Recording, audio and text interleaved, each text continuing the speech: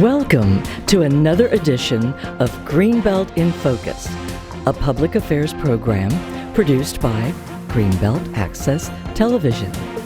If it's happening in Greenbelt, we'll put it into focus. This edition takes us to the rear of the Greenbelt Library's children's section, a room known as Novel Endings. Two friends of the Greenbelt Library volunteers, Annie Shaw and Joe Robbins, join our host, Konrad Herling, for a novel discussion on novel endings.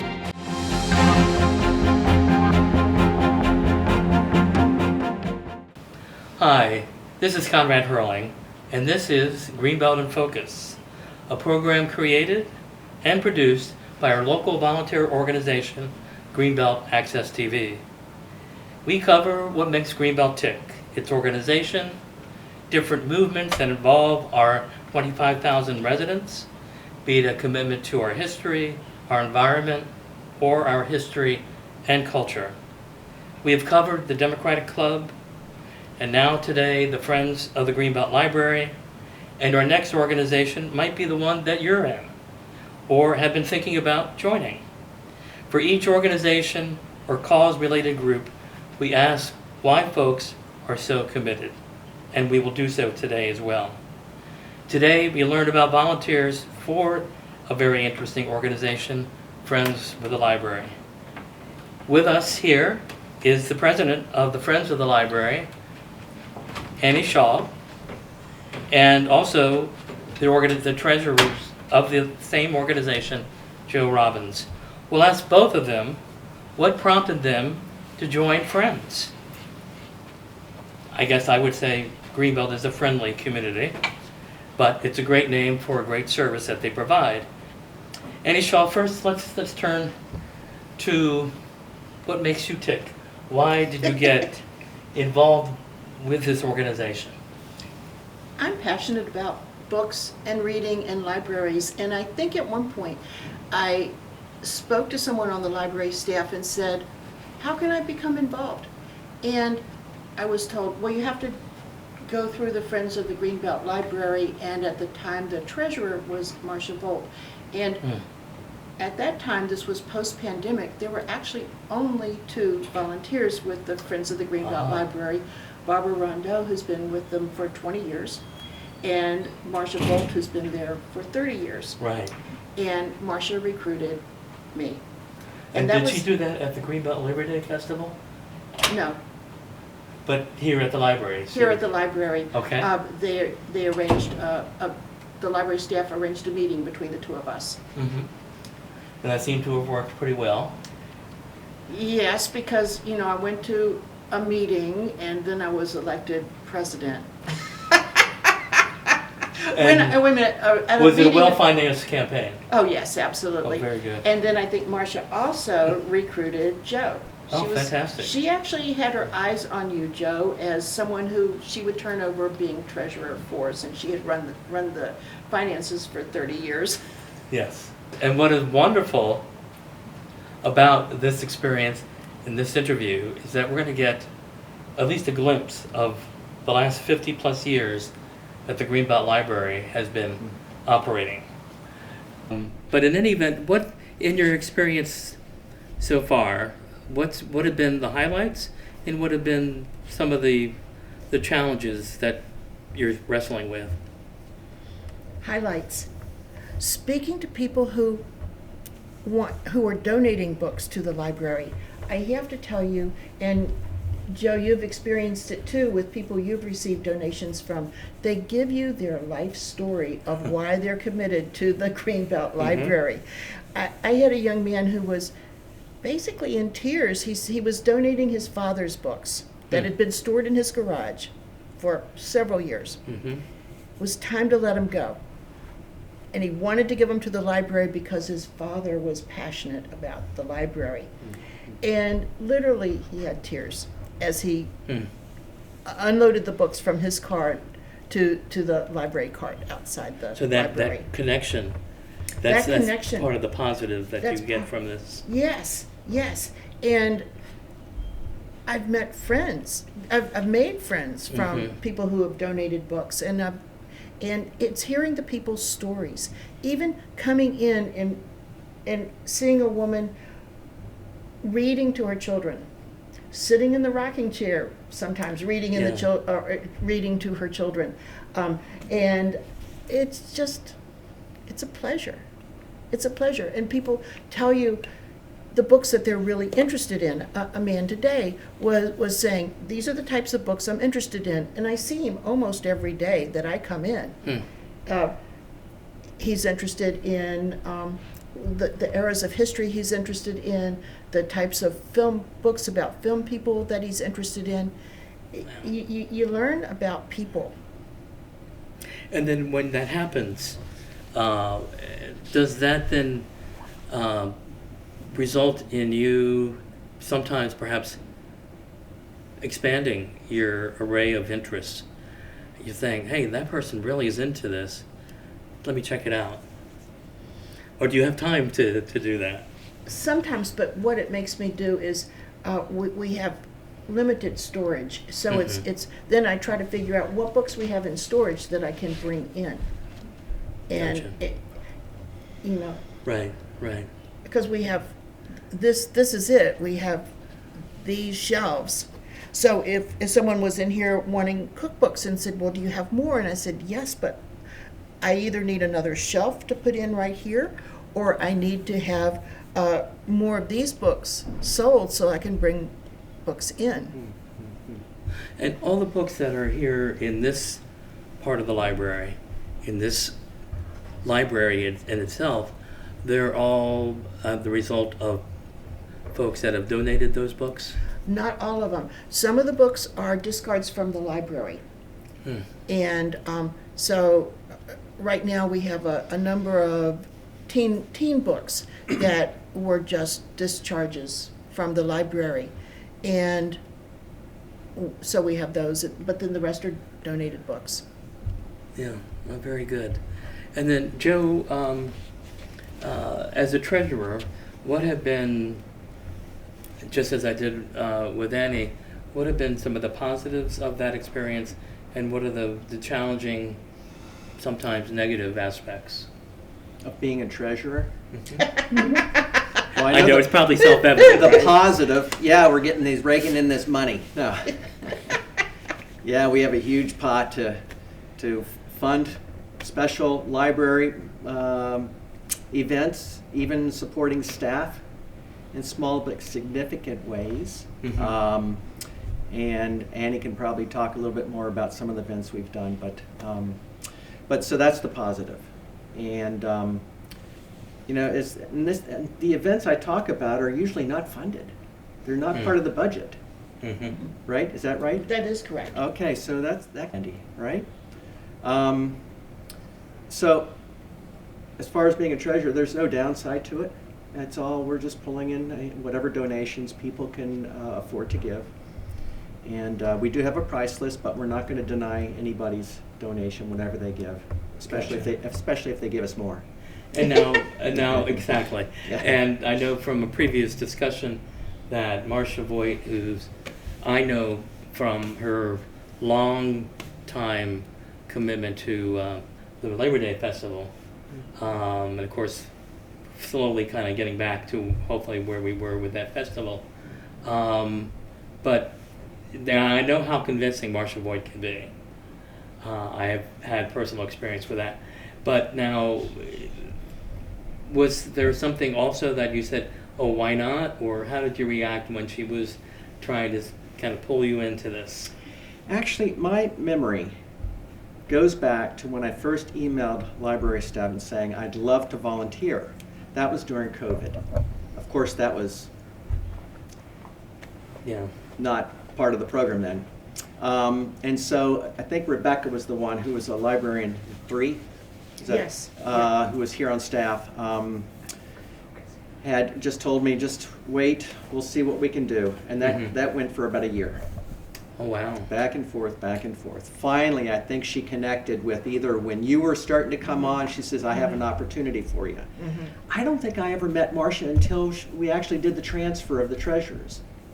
Interesting. That's my But she knew about you. memory. I don't know how, but She knew about you. And apparently in a positive way. Yeah. good. Well, that'd be good. Yeah, Right. that's why she kept hung on to my name, I guess. I don't know, but anyway. So I'm glad to be on board to And support. then now, for you, what's been your personal experience being involved with this aspect of the library? The number of books that are here, do they continually, on an ongoing basis, increase, or is it kind of, how has that worked so far? I think Annie probably can answer that better because she's been Mhm. doing a lot of facilitating of that, right, Annie? I think 6 people this week alone contacted me to donate books. Oh, really? Oh, that's fantastic. And fortunately, I don't have to pick them up from everybody. Right. You've picked up from some people. Or they dropped off at my house. I brought them in. And we have a volunteer, Jenny, who works full-time, and she and her husband have a pickup truck. God bless her. Tonight she's picking up 25 boxes of books. Wow. Mm. Wow, they talk about a real giving attitude that folks have. People in Greenbelt love to read, and they love books. Yeah. And I think, the first big event I was with was last May, and Joe, you were there for that too. We had a 2-hour book drive on a Tuesday evening Out from in the parking 5 to lot. 7 in the parking lot. And we got, 6,000 books? 5,000 7, books? something like that. that. Mhm. Wow. In 2 hours. And at 6:45, a man with a filled pickup truck arrives. I am grateful to say that at that point, we were actually doing this particular book drive for Free Art for All, the space with Shamar Higgs. So that driver drove to Beltway Plaza and their volunteers unloaded, and they all those books basically went to Free Space for All. Because that is one of the programs that the library supports That's in 2 ways. Yes. One is they have the free books that are there for Right. anyone to pick up, and we support that. But we also, there's a library, a mini pop-up library at Free Space for All where people can actually borrow books. And we provide the money for the library staff buys the books because they can get Spanish language, they can get special, books for children. So they order them, and then we provide the money. Joe writes the check. And So- there also was, I remember when I was on the council, the city council, I remember Councilmember Mack being a strong supporter of the idea of having books available at the different bus stops. Do you, either of you recall that? No. And I think over on Ooh. Boxwood on Laspen Lane, and then the one that's close to here, off of Southway and Crescent, at that bus stop. And I think there was one also in Greenbelt East as well, but I haven't seen them. But for a period of time, people would be able to not only take a look at the Washington Post or other papers, but also they'd be able to, couldn't take the book, but while waiting for the bus to come, they could read the books that were made available. But I haven't seen them of late. No, and that's the first time I've heard of it. So, Yeah. oh goodness, because the library also has some programs at Spring Yeah. Hill Lake where, Yes. and there would be ways for us to be involved in helping the library staff there in distributing books too, perhaps. But think about the little free libraries. Maybe the Friends could yes. sponsor Yeah, some over little Rhode free Island Avenue, yeah. But we could sponsor Mount them Rainier. at some of the bus stops. Right. Well, I just experienced something kind of sad that the free library at the corner of Ridge And research. and Research Mhm. for the second time has had its glass smashed. And it's right at the elementary school, And too. it's right at a bus stop. And the elementary school. And it really is sad because someone really is putting a lot of I'm sorry, what effort. smashed? The The plexiglass. plexiglass window in front. yeah. Yeah, that was smashed in. Oh, wow. Into pieces, yeah. Anyway, that was just someone has been really putting a lot of effort into being creative with it, and the books were always there, full. So that's just one of the downsides of having it exposed like that. That someone could just, Yeah. take their anger out on a poor little free library. Sorry to hear that news. Well, but we have a lot of those free libraries are spread around Yeah. the city, which is kind of neat Yes. to see. And Yeah. yeah, so Oh, excellent. yeah. What would you say, excuse me, thinking prospectively, what are the challenges you see? What are the needs you see? Do you need more folks, or could, in Yes. a positive way, use more people getting involved? Yes, yes, yes. Yes, and yes, and yes, yes. We need more volunteers. How can we use them though, Andy? What's in your mind? Okay, one way is partnerships. Like, we have one person on. We have 7 active volunteers.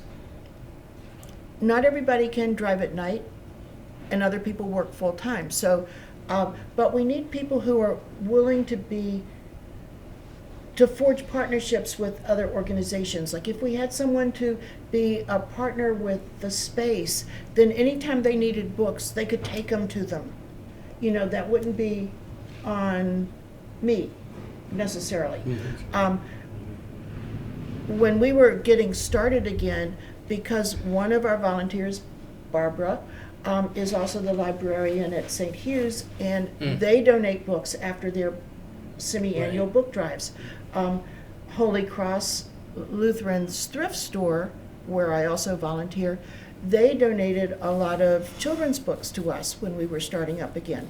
But we need people to form partnerships and in ways that we can expand our services, expand our knowledge, expand what we do. We need people to come to the library more frequently and tell us what books we need, what areas we need, and to neaten up the place too. So how can, more people get involved? How can they be of help? They can collect books from people, because right now the library, because they are short-staffed and because they are a separate entity from us, we're the volunteer organization that helps support libraries, but the library staff themselves cannot accept the books for this bookstore. So we need more volunteers who can help us meet people here, to arrange for the donations to be brought here. We need people to reach out to their friends and neighbors and collect books. We need someone who can help us problem solve on how to find storage space. I will tell you that currently, history disappears almost immediately. Wow. I filled in a shelf today, and I had been here, 2 or 3 days ago? Yeah. And I had to bring in books from the back and fill in a shelf of books. Books Okay. on World War II are going out of here as soon Wow. as I come in. We had a section on astronomy, and I am getting more astronomy books tomorrow night, and they will go pretty quickly as well. So all these things that you're describing, there are stages, and sometimes it might be a particular Theme. activity that's happening nationally or locally that has kind of a spurs that kind of. I don't know, because often children's books were disappearing rather rapidly. Right now, Uh-huh. they're fairly stable, but they would be disappearing. We'd 20 would go in a day. And children's books are, 25 cents? So, Well, let me say this if I can, just to kind of basically wrap things up. If someone wants to inquire about possibly, helping out, is it through your email or? Okay. And do you feel okay providing that email address? absolutely, it is literally friendsofgreenbeltlibrary@gmail.com. It's also on the flyer. One of our volunteers translated that from English into Spanish. She was a volunteer who was a short-term college student between semesters, and she actually translated that form for us, and so it's both in Spanish and in English. Yep. We have one volunteer, Barbara, whom you know, is native French speaker, so she helps with some of the French story times that the library has once or twice a year. So we can always use people who speak other languages, people who work full-time but they have time that they can pick up materials, or they don't have to come to our monthly meeting at 2:00 on a Tuesday. They can there's still plenty of opportunities for them to serve. Great. Last year we and the Lions Club helped the elementary school when their vendor for the book sales failed to come to pick up. Right. So they contacted us, they contacted you, and between the two organizations, we picked up all the leftover books. Right, That's and that's another aspect in terms of getting this message out to the public. If you're with an organization and if there are ways that organization can be of help. One of the things, in fact, I think in something that perhaps that you had written to me, and that is, for example, every Labor Day, like last year, I think we were kind of back live for the first time. The Information Day on that Saturday of the Labor Day festival, there are folks from different organizations that will be there, helping to promote their organization. So we plan to be one of those. That's right. At the Information Day. But how Great. awesome would it be if we had people who wanted to build a float and we could actually be in the parade? Now, none of us are so inclined. I mean, and then we have the interest, if you were to dress in costume for the Labor Day parade as a book, which book would it be? Or perhaps that becomes too silly of a question, perhaps. No, I think I'd have to wear something with list of books, because Okay. my favorite books always depend on what I'm reading. Right. How to convert a car into a book. Ooh. Okay, so stay tuned. We could have more interesting Labor Day parade. So Annie, tell us about some more of the volunteers. You've mentioned some, but who are the others? We do have outstanding volunteers. In addition to Joe, who is our current treasurer, Marcia Volt was treasurer for the past 30 years. And also she teaches aquatics at the Aquatic Center. Barbara Rondeau has been a volunteer for 20-some years. She tells, and is our native French speaker. We have Patty McCarty, who is a former teacher and is passionate about children and books. Jenny Pompey is also passionate about schools and books, and has teenage children, so provides us with a lot of youth books. But we are always looking for volunteers. Okay, and before we go, then once again, how does one write in an email address or the address of the organization? They email friendsofgreenbeltlibrary@gmail.com, and that comes to me. I will send them a form. They can also contact, we have a Facebook page, thanks to Joe, who set it up. So we have Friends of the Greenbelt Library, which is a public Facebook page. And we often put down what books have come in, or have photographs of what books or CDs that have come in. That's great. So through either contacting me on the Facebook page or on the Gmail address. Okay, so now everybody, you've got an opportunity. You know how to express your interest, and it's not something that is quickly gone. I mean, this has been for how many years altogether? You said 30 with Marcia, was it? Yeah, but I think we've been around for about 50, but Wow. I think your mother had something to do with that, and Yes. Barbara Simon. Right. But we're Yeah. Joe and I are kind of vague on the history because Marcia is the one who's been here the longest. Yeah. But Right. please join us. We are looking Yes, forward. support the library, become a friend.